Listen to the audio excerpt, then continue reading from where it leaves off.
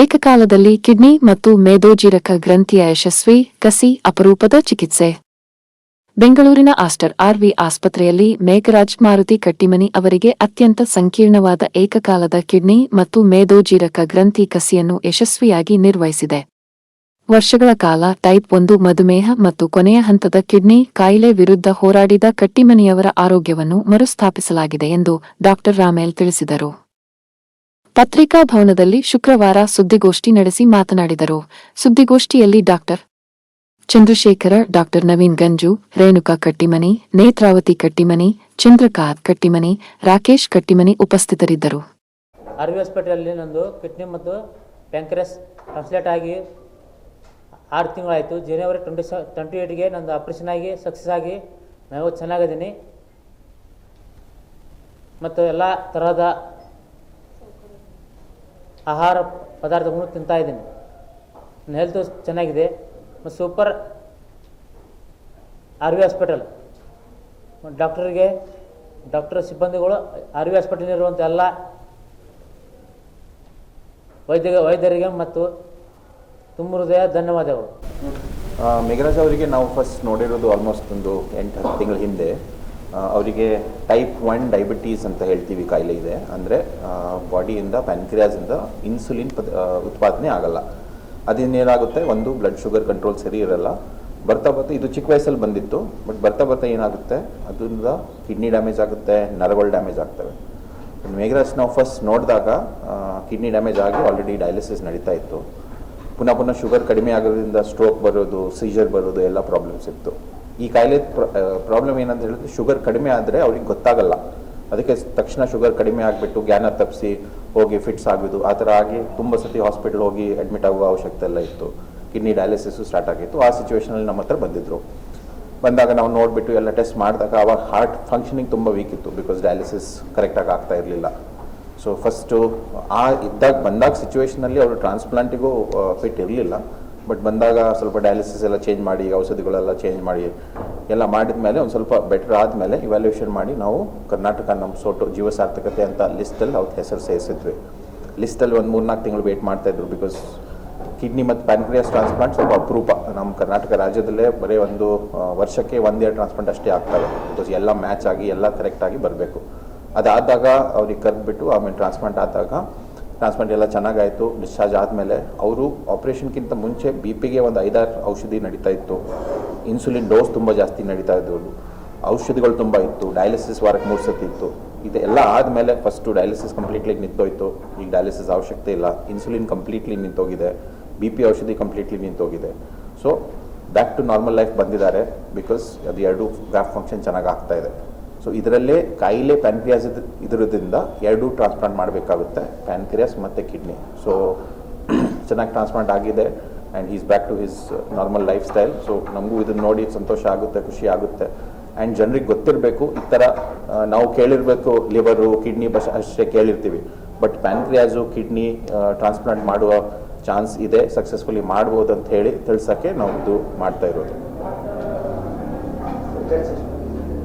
ಇದರದ್ದು ಗೌರ್ಮೆಂಟ್ ಲಿಸ್ಟಲ್ಲಿ ಹೆಸರು ಸೇರಿಸ್ಬಿಟ್ಟು, ಇನ್ಫ್ಯಾಕ್ಟ್ ಇವರಿಗೆ ನಮ್ಮ ಹಾಸ್ಪಿಟಲಿಂದ ಬೇರೆ ಕಡೆಯಿಂದ ಎಲ್ಲರೂ ತುಂಬ ಹೆಲ್ಪ್ ಮಾಡಿದ್ದಾರೆ. ಇದೊಂದು ಅಪ್ರಾಕ್ಸಿಮೇಟ್ಲಿ ಒಂದು 18 to 20 lakhs ಖರ್ಚು ಬಂದಿದೆ. ಸೊ ಇದು ಟೈಪ್ 1 ಡಯಾಬಿಟೀಸ್ ಅಂತ. ಅಂದರೆ ಇದು ಚಿಕ್ಕ ವಯಸ್ಸಲ್ಲಿ ಬರುತ್ತೆ. ನಮ್ಮ ಬಾಡಿ ಇಮ್ಯುನಿಟಿನೇ ಪ್ಯಾನ್ಕ್ರಿಯಾಸಿಗೆ ಡ್ಯಾಮೇಜ್ ಮಾಡುತ್ತೆ. ಸೊ ಅದರಿಂದ ಏನಾಗುತ್ತೆ, ಪ್ಯಾನ್ಕ್ರಿಯಾಸ್ ಸರಿಯಾಗಿ ಫಂಕ್ಷನ್ ಮಾಡಲ್ಲ, ಅದಕ್ಕೆ ಇನ್ಸುಲಿನ್ ಸಿಕ್ರೀಟ್ ಆಗಲ್ಲ. ಇನ್ಸುಲಿನ್ ಇರಲಿಲ್ಲ ಅಂದರೆ ಶುಗರ್ ಕಂಟ್ರೋಲ್ ಸರಿ ಇರಲ್ಲ. ಅದರಿಂದ ಏನಾಗುತ್ತೆ, ಕಿಡ್ನಿ ಡ್ಯಾಮೇಜ್ ಆಗೋದು, ನರ ಡ್ಯಾಮೇಜ್ ಆಗೋದು, ಹಾರ್ಟ್ ಫೇಲಿಯರ್ ಆಗೋದು, ಇವೆಲ್ಲ ಬರ್ತವೆ. ಸೊ ನಾವು ಆಸ್ಟ್ರಿಂದ ನಮ್ಮದು ಔಟ್ರೀಚ್ ಕ್ಲಿನಿಕ್ಸ್ ಥರ ಮಾಡ್ತಾ ಇರ್ತೀವಿ. ನಾವು ಗದಗೆ ತಿಂಗಳೇ ಒಂದು ಸತಿ ಬಂದುಬಿಟ್ಟು OPD ಮಾಡ್ತೀವಿ. ಸೊ ಆ ಥರ OPDಗೆ ಬಂದಾಗ ನಾವು ಇದನ್ನು ನೋಡಿರೋದು ಸಂಕನೂರು ಹಾಸ್ಪಿಟಲ್ ಈ ಕಾಯಿಲೆನ. ಸೊ ಇದು ಟೈಪ್ 1 ಡಯಾಬಿಟೀಸ್ ಅಂತ ಹೇಳಿದರೆ ನಾವು 1 lakhಲ್ಲಿ ಒಂದು 5-6 ಜನಕ್ಕೆ ಬರ್ಬೋದು. ಚಿಕ್ಕ ವಯಸ್ಸಿಂದ ಇನ್ಸುಲಿನ್ ಎಲ್ಲ ಚೆನ್ನಾಗಿ ಟ್ರೀಟ್ಮೆಂಟ್ ಕೊಟ್ಟರೆ ಆಮೇಲೆ ಕಿಡ್ನಿ ಡ್ಯಾಮೇಜ್ ಬರಲ್ಲ. ಬಟ್ ಬರ್ತಾ 10-15 ವಯಸ್ಸಲ್ಲಿ ಬೇರೆ ಆರ್ಗನ್ ಫೇಲಿಯರ್ ಬಂದುಬಿಡುತ್ತೆ ಕಿಡ್ನಿ ಡ್ಯಾಮೇಜ್ ಬಂದಾಗ. ಸೊ ಡಯಾಬಿಟೀಸಲ್ಲಿ 2 ಟೈಪ್ ಇರುತ್ತೆ, ಒಂದು ಟೈಪ್ 1 ಅಂತ, ಇನ್ನೊಂದು ಟೈಪ್ 2. ನಾವು ಮಾಮೂಲಿ ಜನರಲ್ ನೋಡೋದು ದೊಡ್ಡ ವಯಸ್ಸಲ್ಲಿ ಬರೋದು ಅದೆಲ್ಲ ಟೈಪ್ 2. ಇದು ಅದಕ್ಕೆ ಮಾಡೋಕ್ಕಾಗಲ್ಲ. ಇದು ಟೈಪ್ 1 ಅಂತ ಬೇರೆ ಕಾಯಿಲೆ ಇರುತ್ತೆ, ಅವರಿಗೆ ಇದು ನಾವು ಮಾಡ್ಬೋದು. ಇವರೆಲ್ಲ ಆಗಿದೆ, ನಮ್ಮ ಮುಂದೆನೇ ಇದೆ. ಇಲ್ಲ, ಈ ಥರ ಕಾಯಿಲೆ ಇದ್ದಾಗ ನಾವು ಪ್ಯಾನ್ಕ್ರಿಯಾಸ್ ಇದ್ದಿದ್ದ ಪ್ರಾಬ್ಲಮ್ ಪ್ಯಾನ್ಕ್ರಿಯಾಸಿಂದ. ಸೊ ಅದು ಹೊಸ ಪ್ಯಾನ್ಕ್ರಿಯಾಸ್ ಹಾಕಿದ ಮೇಲೆ ಪ್ಯಾನ್ಕ್ರಿಯಾಸ್ ಫಂಕ್ಷನ್ ಸ್ಟಾರ್ಟ್ ಆದಮೇಲೆ ಅದೆಲ್ಲ ನಾವು ರಿವರ್ಸ್ ಮಾಡಬಹುದು. ಎಲ್ಲರಿಗೆ ಆಗಲ್ಲ, ಅದೇ ಹೇಳ್ತಾ ಇದ್ದೀನಿ. ಅದು ಟೈಪ್ 1 ಅಂತ ಆ ಥರ ಕಾಯಿಲೆ ಇದ್ದವರಿಗೆ ಈ ಥರ ನಾವು ಟ್ರಾನ್ಸ್ಪ್ಲಾಂಟ್ ಮಾಡಬಹುದು. ನೋಡ್ತೀವಲ್ಲ ಅವರಲ್ಲಿನೂ ಪ್ಯಾನ್ಕ್ರಿಯಾಸ್ ಯಾಕೆ ಜಾಸ್ತಿ ತಗೊಳಕ್ಕಾಗಲ್ಲ ಅಂದರೆ ಇದು ಫ್ಯಾಟಿ ಲಿವರ್ ಫ್ಯಾಟಿ ಪ್ಯಾನ್ಕ್ರಿಯಾಸಿಂದ ಅದು ಪ್ಯಾನ್ಕ್ರಿಯಾಸ್ ತಗೊಳಕ್ಕಾಗಲ್ಲ ಎಲ್ಲರಿಗೂ. ಅದಕ್ಕೆ ಆಪ್ರೇಷನ್ ಅಪರೂಪ. ಪೇಷಂಟ್ಸ್ ಇದ್ದಾರೆ ಅವ್ರಿಗೆ ಗೊತ್ತಿಲ್ಲ, ಒಂದು ಕರೆಕ್ಟ್ ಜಾಗ ರೀಚ್ ಆಗಲ್ಲ. ಮೂರನೇದು ಮೋಸ್ಟ್ ಇಂಪಾರ್ಟೆಂಟ್ ಏನಂದರೆ ಅದು ಬಂದ್ರೂ ಸಿಗೋದು ಕಷ್ಟ. ಯಾಕಂದರೆ ಎಲ್ಲರಿಗೂ ನೀವು ಹೇಳ್ದಂಗೆ ಇವಾಗ ಫ್ಯಾಟಿ ಲಿವರ್ ಆಗಿದೆ, ಪ್ಯಾನ್ಕ್ರಿಯಾಸಲ್ಲಿನೂ ಫ್ಯಾಟ್ ಇರುತ್ತೆ, ಅದು ಯಾರಿಗೂ ಹಾಕೋಕ್ಕಾಗಲ್ಲ. ಮತ್ತು ಟೈಪ್ 2 ಡಯಾಬಿಟೀಸ್, ಇವಾಗ ಬಿ ಪಿ ಎಲ್ಲ ಕಡಿಮೆ ಮಾಡೋಕ್ಕಾಗತ್ತಾ? ಇವರೆಲ್ಲ ಮೋಸ್ಟ್ಲಿ ಲೈಫ್ ಸ್ಟೈಲ್ ಡಿಸೀಸ್ ಮತ್ತು ಜೆನೆಟಿಕ್ ಡಿಸೀಸ್. ಇವಾಗ ಭಾಳ ಸಾಕಷ್ಟು ಮೆಡಿಸಿನ್ ಬಂದಿದೆ. ಇದು ಫ್ಯಾಟಿ ಲಿವರ್ ಹೋಯ್ತಂದರೆ, ವೇಟ್ ಕಡಿಮೆ ಆಯ್ತಂದರೆ ನಿಮ್ಮದು ಫ್ಯಾಟಿ ಲಿವರ್ ಮತ್ತು ಶುಗರ್ ಮತ್ತು ಬಿ ಪಿ ಸಾಕಷ್ಟು ಕಡಿಮೆ ಆಗಿರುತ್ತೆ, ಕಂಟ್ರೋಲ್. ಮೆಡಿಸಿನ್ಸ್ ತುಂಬ ಡೌನ್ ಆಗಿಬಿಡುತ್ತೆ. ಇವಾಗ ನಾವು ನೋಡ್ತೀವಿ B P medicines, sugar medicines ಇವಾಗ 4-3 ನಡೀತಾ ಇರುತ್ತೆ ಪೇಷಂಟ್ಸ್ಗೆ.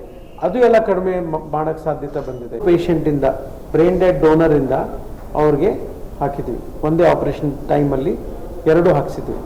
ಅದು ಒಂದು ಡೊನೇಷನ್ ಎಲ್ಲರೂ ಮಾಡಲ್ಲ. ಅಟ್ಲೀಸ್ಟ್ ಏನಾಗ್ತಾ ಇದೆ ಇವಾಗ ನಮ್ಮದು ಅವೇರ್ನೆಸ್ ಮಾಡಿದಾಗ ಕೆಲವರು ಬರ್ತಾ ಇದ್ದಾರೆ ಡೊನೇಟ್ ಮಾಡೋಕ್ಕೆ. ಇವಾಗ ಆಕ್ಸಿಡೆಂಟ್ಸ್ ಎಷ್ಟೊಂದು ತುಂಬ ಆಗಿರುತ್ತೆ.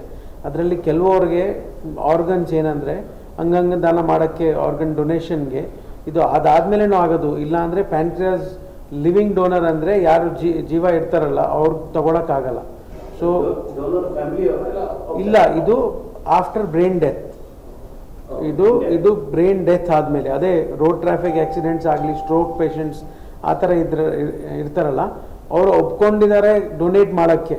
ಪುನೀತ್ ರಾಜ್ಕುಮಾರ್ ಥರ ಇನ್ನೊಬ್ಬರು ಎಲ್ಲ ಅವರು ಐಸ್ ಡೊನೇಟ್ ಮಾಡಿದ್ರು. ಆ ಥರ ಮರಣೋಪರಾಂತ ಅವರು ಡೊನೇಟ್ ಮಾಡೋಕ್ಕೆ ಒಪ್ಕೊಂಡಿದ್ದಾರೆ. ಆವಾಗ ಈ ಥರ ಪೇಷಂಟ್ಸ್ಗೆ ಇದು ಲಿವರ್, ಕಿಡ್ನಿ, ಹಾರ್ಟು ಎಲ್ಲ ಸಿಗುತ್ತೆ. ಪ್ಯಾನ್ಕ್ರಿಯಾಸು ನಮ್ಮಲ್ಲಿ ಇದು ಆಪ್ರೇಷನ್ ನಾವು ರೆಗ್ಯುಲರ್ಲಾಗಿ ಮಾಡ್ತಾ ಇರ್ತೀವಿ.